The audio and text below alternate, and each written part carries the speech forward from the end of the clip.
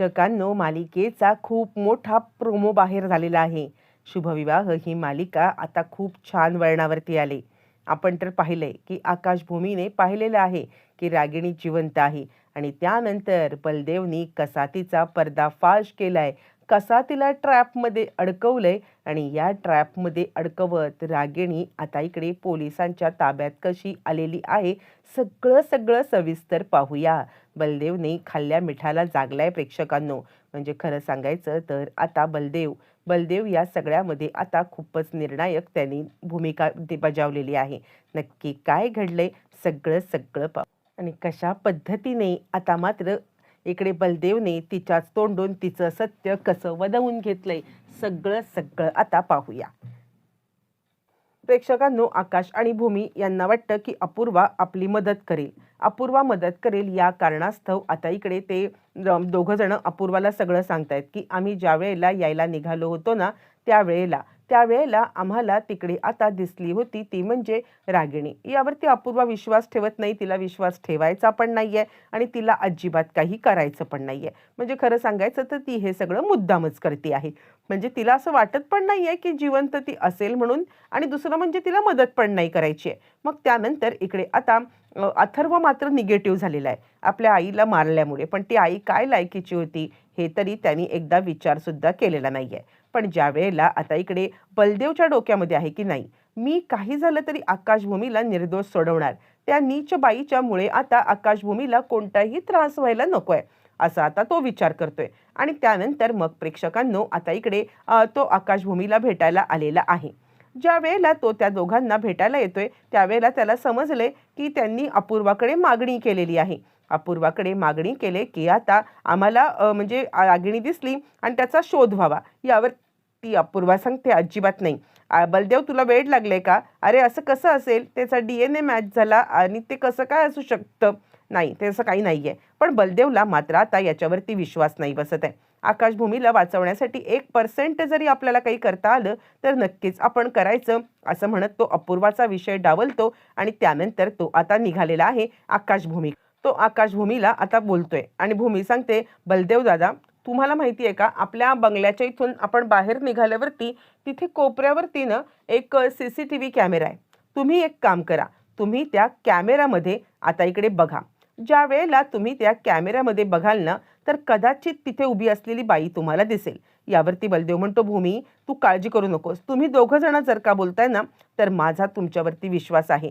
यावरती आकाश म्हणतो, बलदेव खरं सांगू का, तर मला असं वाटतंय की अपूर्वाने सुद्धा आता माझ्यावरती तेवढा विश्वास ठेवला असतं तर बरं झालं असतं.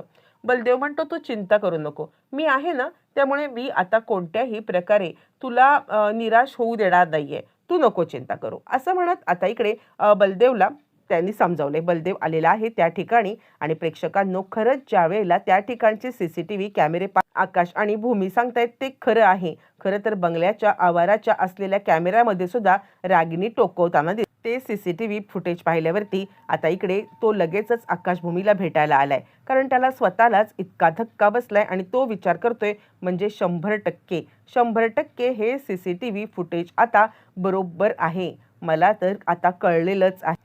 काही झालं तरी सुद्धा मला आता हे फुटेज मिळवायला पाहिजे. बरं, आता हे सगळं करत असताना त्यांनी एकदा अपूर्वाशी बोलण्याचा निर्णय घेतलाय. अपूर्वाला तो आता सांगायचा प्रयत्न करतोय. पण प्रेक्षकांनो, इकडे आता अपूर्वाच्या डोक्यामध्ये घाणेरडं प्लॅनिंग चालू आहे. अपूर्वा आपल्या कॉन्स्टेबलला फोन करते आणि कॉन्स्टेबलला फोन सांगते की मी ह्या दोघांचं तिघांचं बोलणं ऐकलंय. मी ज्या वेळेला तिघांचं बोलणं ऐकलेलं आहे ना, त्यावेळेला माझ्या लक्षात एक गोष्ट आलेली आहे की खरं सांगायचं तर आता म्हणजे हे CCTV फुटेज चेक करायला सांगतायत. ती कोणीही बाई असू दे किंवा नसू दे रागिणी पटवर्धन, मला ते फुटेज पाहिजे. आणि त्या माणसाला त्या घटनास्थळी तिने पाठवले. प्रेक्षकांनो, ज्या वेळेला त्या माणसाला घटनास्थळी पाठवलंय आणि त्यावेळेला आता इकडे त्या CCTV फुटेज म्हणजे तिथलं ते फुटेजच गायब करण्यात आलेलं आहे. आणि त्यावरती ती म्हणते, असं कसं? त्यावरती तो म्हणतो, माहीत नाहीये, पण इथे होतं फुटेज पण ते गायब करण्यात आलेलं आहे. अपूर्वा विचार करते, म्हणजे नक्कीच बलदेवने हे गायब केलेलं असेल. आता मात्र इकडे तोपर्यंत एक वेगळीच घटना घडली. पौर्णिमा भेटायला आलेली आहे रागिणीला ती भेटायला आले. खरं तर रागिणी आलेली आहे फॉरेन्सिक डिपार्टमेंटमध्ये. कारण आता तिने हे सिद्ध केलेलं आहे की तो जो सापळा आहे, तो जो सांगाडा आहे, तो आपला स्वतःचा आहे हे सिद्ध करण्यासाठी ती गेलेली होती आणि त्याच कारणासाठी त्या व्यक्तीला पैसे द्यायचे होते आणि त्यासाठी ती पौर्णिमाकडे पैसे मागते. पौर्णिमा म्हणते माझ्याकडे पैसे वगैरे काही नाही आहेत हो. आता खरं तर प्रेक्षकांनो या वेळेला सुद्धा आता बलदेवने या दोघींना पाहिलंय आणि आता त्यांचा पैशाचा प्रॉब्लेम त्याच्या लक्षात आलाय. इकडे भूमीला येऊन ज्या वेळेला बलदेव आता भेटतोय त्यावेळी आणि तो आता आकाश भूमी यांना भेटायला आलाय. ज्या वेळेला आकाश भूमी यांना तो भेटायला आलाय आणि त्यावेळेला तो सांगतोय तुमचं म्हणणं बरोबर आहे. रागिणी पटवर्धन जिवंत आहे. 100% ती जिवंत आहे. म्हणजे खरं सांगायचं तर आता तुम्ही चिंता करू नका. मी जे काही करायचंय ना ते आता मीच करणार आहे. रागिणी पटवर्धन या बाईला आता इकडे मी काही सोडत नसतो. म्हणजे मुळातच तिने आता माझ्यासोबत सुद्धा खूप काही कारस्थान केलेलं आहेच. पण तुम्हाला वाचवण्यासाठी मला आता हे सगळं करायलाच पाहिजे. असं म्हणत प्रेक्षकांनो आता इकडे म्हणजे त्याने ठरवले काहीही झालं तरी रागिणीला पकडून द्यायचं. यावरती आता इकडे सांगायला लागतो आकाश, पण कसं शक्य आहे हे? म्हणजे मला तर काही कळत नाहीये की काय झालंय हे. काही कळायलाच मार्ग नाहीये. असं म्हटल्यावरती तो म्हणतो हो बरोबर आहे तुझं म्हणणं आकाश. मला पण काही कळत नाहीये. पण तिला पैशाची चणचण आहे आणि पौर्णिमा तिला सामील आहे. मी बघितले स्वतः पौर्णिमा आणि तिला बोलताना. म्हणजे अजूनही पौर्णिमा सुधारलेली नाहीये. ही गोष्ट पण खरी आहे. त्यावरती तो सांगतो ठीक आहे आपण एक काम करूया. आपण ताबडतोब ना आता तुम्ही चिंताच करू नका. काही झालं ना तरी सुद्धा मी सोडणार नाहीये तिला. कारण मी त्यांचं बोलणं ऐकलंय. मी ट्रॅप रचलाय आणि आता या सगळ्यामध्ये फक्त पोलिसांना नाममात्र बोलवणार. कारण अपूर्वा मदतीला तयार नाहीये हे मला माहिती आहे. तिचा काय राग आहे ते. इकडे तोपर्यंत रागिणी आता इकडे पैसे मिळवण्यासाठी किंवा पैसे हवे असल्या कारणाने ती आता खूप मोठं पुढचं गोष्ट करते. ती आता या सगळ्यामध्ये ठरवते की मला लवकरात लवकर पैसे पाहिजेत आणि त्यासाठी ती सांगते हे बघ एक काम काय कर पौर्णिमा, म्हणजे खरं सांगायचं तर बँकेमध्ये माझा एक लॉकर आहे. तर त्या लॉकरला खरं तर मी लागेन, पण ठीक आहे तू जाऊन तो लॉकर माझा उघड. यावरती ती सांगते पण मी कशी? तुम्ही लागाल म्हणताय ना. यावरती ती म्हणते पण मी आले तर आकाशभूमी सुटतील.